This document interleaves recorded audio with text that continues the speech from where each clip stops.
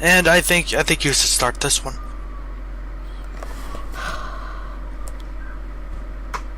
How do I start?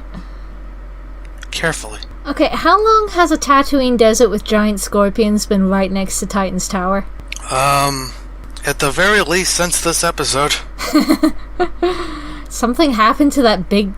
Well, no, later in the episode, the big lake is back around Titan's Tower, but just early on, when you see Terra running for the giant scorpion, it looks like Titan's Tower is right there. Yeah, it's weird. Let's say that much. Though, honestly, considering where that place is supposed to be, I think it's supposed to be around California, so I guess there's some logic to that, maybe? Californian climate is frickin' weird, man. Yes, it is. Anyway, this is, Terra. In this episode, a young girl named Terra is being chased by a giant scorpion. The Titans come in to help, but all of a sudden Terra stops the scorpion with her earthbending. Yeah, earthbending. I'm glad I'm not the only one who thought that. It would be impossible to not think that. Honestly, because especially since they don't actually have a name for it. No, it's just her powers. Yes. She introduces herself to the Titans, and the Titans insist that they stay at their tower instead of the cave she was staying at. She enjoys the first bit of hospitality she's clearly had for a long time, and when pretending to be asleep, she hears the Titans talk about how she might be a worthy addition to the team. Later that night, Beast Boy finds her outside instead of on the couch sleeping, and talks with her a bit, to have some goofy fun. It becomes apparent after a bit that she has some issues controlling her powers, so she demands Beast Boy promise to not tell the others, despite him reassuring her that it's okay. The next day, the Titans are training in an obstacle course. Cyborg does fairly well, but with her unique abilities to manipulate rock in any cool way she wants, she beats his score no problem. Just when her confidence is boosted though, the Titans find out that Slade has attacked again. This time he's attacking a mine with his robots. And the Titans and Terra come in to try to stop them, but eventually in the battle, Terra loses control of her powers in a tunnel, which nearly hurts Beast Boy and separates her from the others. This leads to her running into Slade, and she tries to block off the path for him to escape, but he uses the device to do the same, so that they're both trapped. He fights her and is actually able to overcome all of her Earth powers. He knows she's out of control and tries to convince her that only he can help her. But when she gets pissed off by this, Terra loses control to the point of seemingly being able to take down the entire mine and putting her in a tornado of rock, as you do, as Slade escapes. Beast Boy is able to come in, though, and enters the swirling vortex to calm her down. After all this, back at the tower, the Titans prevent her from leaving because they plan to make her a Teen Titan. But during this, Robin brings up that she'll need to control her powers. Terra thinks Beast Boy lied to her and runs off, feeling betrayed. Beast Boy can't find her, and Robin apologizes for not realizing it was supposed to be a secret. Meanwhile, Slade is watching. Back to being a creeper. Yes. I enjoy it. Terra is now my new favourite child, by the way. They did a great job of introducing a brand new character and making you love her very, very quickly. Yes. Her visual design kind of reminded me of a Betty Spaghetti doll. Yeah, actually a little. With her, almost lack of nose. Lack of nose, the very long, spindly limbs, and the very big eyes. Yes. I'm also frustrated with how long it took me to realise that she's voiced by Ashley Johnston, specifically because I started watching Critical Role recently, so I was watching Critical Role episodes for 4 hours before I watched this, and I still didn't recognise Ashley Johnston's voice for 20 minutes into the episode. I'm kind of... This is how bad I am at voices. I will say, I know I've heard her Ashley Johnston before. I can't think of where exactly. She's also Ellie in The Last of Us. Oh, okay, yes, okay, yeah, that's, yeah. Good odds, either that or the only other one of her voice credits that I recognize, I know it was Pike, Ellie, and Gretchen from Recess, because I loved that show when I was a kid. So much. Cool. Well, that's a flashback. Wow. I can't remember the last time anyone's brought up Recess. It's one of those shows that when you bring up, everyone's like, oh yeah, I love that show, but otherwise you forget it existed. Yeah. Somehow. I actually saw the movie in theaters back in the day. There was a movie? Yes. I need to see that. I think. Do I need to see it, or should I just go back to forgetting it existed? I don't know. It probably holds up okay for what it is. Though it is a very dumb little kids movie in exactly the way you'd predict, though. So, the main thing I got from Terra, in retrospect, is that she's totally very similar to Toph. Toph? Oh, yeah. Toph. I thought you said... that Toph. What's Toph? I thought you said Toph, not Toph. Is there a difference? Well, one sounded like it was spelt T-O-T-H, and the other is spelt T-O-P-H. But... If you say so. Okay. But anyway, yeah, she did very much remind me of her. Yeah, she very has similar attitude. Well, I mean, she has also a very exuberant personality, but Toph's a lot more defensive about how she doesn't need anybody, whereas Terra's a bit more like, well, you know, I can get by on my own, but it's awesome that you guys want to be friends. She's so heartbreakingly happy about it. Yes. You know. And I have to say also, I genuinely liked the way they built up her relationship with Beast Boy. Like, I think I mentioned generally I find Beast Boy to be kind of annoying as a character. But his friendship with Terra was very, very genuine and very, very heartwarming. Yes. And just, I think it's just because he's more genuine. I should probably find a better word than genuine, but just, you know, he's very straightforward with it and seriously funny. They both have the same silly sense of humor, and it means they get along well. And it was just all very, very cute. Yes, it was. You know, I'm looking forward to seeing her again, which I assume I will. Other than this, I spent half of this episode going, I've heard Deathstroke has a metahuman daughter. So then I'm spending part of the episode going, is this her? Is it not? If it is her, is she like being sent to spy on the Teen Titans, or is she generally just running around on her own? And you know, I'm guessing that is her, going by her weird, creepy interlude with Slade. Well, this is different from the comics, so yeah. I mean, she doesn't seem to know who he is anyway, so, you know, if they're related, she doesn't know about that and definitely isn't, you know, spying for him or anything. She's just... Yeah. Poor kid has no idea what's going on or how to control her earthbending. Yes. I will say, first of all, I feel like it's a little, I guess, on the nose to name her Terra. Yeah. Like, who named her that? It's like naming someone like Enigma. You can't be surprised at how they end up. Yeah, well, in Trigun, there's this dude named Knives, and then everyone's surprised when he turns out to be a mass murderer. Like, you named the kid Knives.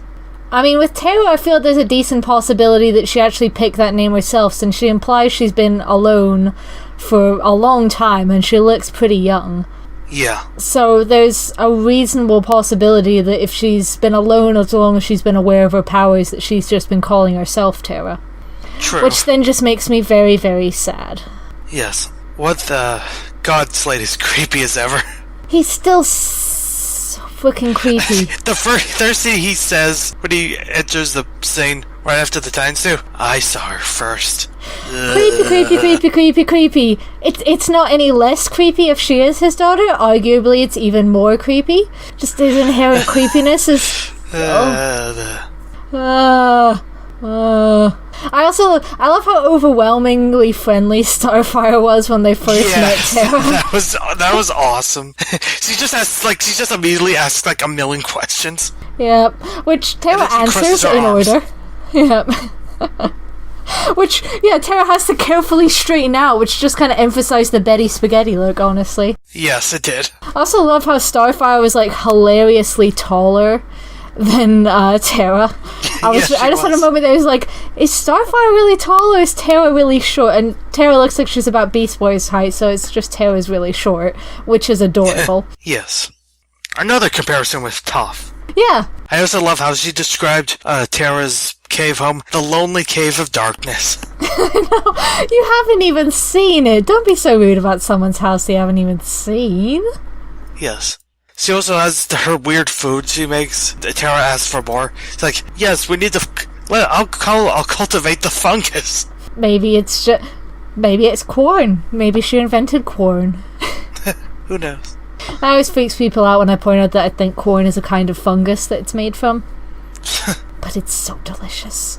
Yeah. I mean, everything is so cute with them just, making friends with this poor hobo hippie girl and bringing her home. I mean, the Earth is my home line is part just, lol, her powers are Earth-based, and part just made her sound like such a hippie. Yes, it did. But, and she eats everything in the fridge. That girl can eat. Yes. Girl after my own heart, honestly. And then, she has a bath that she definitely needed and washes her clothes and just curls up and sleeps like a cat. It's great. Yes. So, eventually they get to the obstacle course. It's one of those things where I'm like, it's just like the X-Men. Why do they put themselves in tests this dangerous? Yeah, it's kind of just... Who designed this? I mean, presumably Robin, because that just seems like his kind of thing. But, yes. Yeah. Have any of you kids heard of child safety? I mean, probably not. They just, bust through it and then they're like, woo, new record. That immediately gets beaten. Yes. I like how Cyborg was praising having a new record for a course that no one had done before. And immediately gets beaten by Terra. I love how she flies using, stones. Yeah, that was really cool. I loved her the whole way around the course. Is really, really cool. And, she was kind of wrecking the course, but at least it was effective. Yes. I just love all the cool things you did. Like, I love how she had used the rocks for, like, a shield. Yes. And at one point, she's Superman flying with just 2 rocks in her hands before she gets back her big one. Oh, it's all so cool and so cute. And I do love that it's just destroyed. So if, like, Slade didn't interrupt, like, they wouldn't even have a course to do after that. Before Slade gets his creep on. Yeah. And once again, the background music was great for that whole part. The whole episode, the music was so good yes. again. They really landed a good music director for this season. Absolutely. Honestly, for the whole series. Yeah. And of course, it's up at, like, when they start fighting Slade's robots, Terra comes in with, like, the obvious jokes. You boys ready to rock? Wow. I would have been disappointed if she hadn't said it at some point, honestly. Yeah. It's like, obligatory. Wow, it took you all day to come up with that one. I would say, before that, I really did like that little scene with her skipping stones of Beast Boy at the lake at night. Like, that was just such a cute scene. Yes. And it was just really quiet and low-key and very, very effective. Yeah. And also, I find it interesting that she's freaking out. It's like, but I can't control my powers. And I think he should have told her, well, neither can Raven most of the time, and we're all okay with that. Yeah, that's kind of true. I mean, she wouldn't be the only girl on the team who couldn't control her powers all the time. So, be fine, kiddo. Plus, speaking of Raven, she seemed like she was sensing something up the whole way through, and I wasn't sure if it was just her being kind of like antisocial, or if she's genuinely sensing something with her slightly ill-defined magic powers. I don't know. And I did really love when Terra had faced with Slade. Slade is just such an awesome villain. He tries to trap her, but he traps himself with her. Yep. It's one of those "you're trapped in here with me" moments. Yes. And he was so awesome. Yeah, his fighting was very, very slick here. They did a great job with the animation in that scene. Yes. He punched through the rocks. Just forget your rocks, I'll just punch them. Yeah, you could, you're watching him fight her and you can actually believe that this dude with a stick is beating up a girl who can earthbend, Yes. We're never going to stop calling it, by the way. I don't know if they ever come up with a, metahuman DC term. No, so if they never come with a term with it, it's earthbending forever. That's just... Yes. That's what it is in all fiction now. Yep, works for me. I mean, I was genuinely scared for Beast Boy for a second when he got, crushed. But, he was a gorilla, he's fine. And then he became a groundhog, which is frickin' adorable. Yes. And kind of fitting, given that, he's making close pals with the Earthbender. It is a bit weird how her powers work. Like, she went out of control, and then suddenly she's in a tornado of rocks. She's also kind of flying. Tornado is wind. Yeah, I mean, you could argue she had a sandstorm going, and it was manipulating the sand, maybe. But, yeah. Or maybe it's just because, a tornado is your go-to symbol of powers going out of control. That's how you know that's what's happening. Yes, it is. I guess. tornadoes just happen. There's a bit where she's fighting Slade and she's like, can't lose control. And I'm like, it's just Slade. You can lose control and crush Slade. It's okay. And of course, as usual, Slade had the best line. You can't lose something you never had. Oh, you bastard. He's back to being a top-class villain in this one. Yes, it's so awesome. You horrible person. You horrible bastard, and probably a terrible dad. Like, this is just my best explanation both for how he saw her first and why he has the cute little hair clip. Which, still didn't make it any less creepy when he's going up and, like, patting her head and clipping her hair away while telling her she's a monster, basically. Yes. Go sit in the Shao Tucker corner and think about what you've done. And it's just, I'm so glad Beast Boy got her and held her hand and gave her a hug, because she's crying in the middle of her cyclone, and I'm just like, no, I love her, she's not allowed to suffer, unless I'm writing it in fanfic. Well, that's great logic. I really did want her to join the team at the end, but that all went so badly. Yes, it did. Poor lonely child. I love her. I don't want her to suffer. I want to come back and be part of the team and be happy. So, all the points for great character introduction. Yes, it is. I also have to say, Slade, while he's getting his creep on, calling her little girl, kind of reminded me of Sportsmaster calling Jade little girl in Young Justice, which he did a lot because he's a creeper. And also a terrible villainous father. But was he also voiced by Ron Perlman? He was not, I don't think. Inferior. Obviously. Yes. God, yeah. I don't know if, I don't know how many awards go around for Western cartoons, but I hope Ron Perlman won some for this. Me too. So fucking good and so fucking creepy.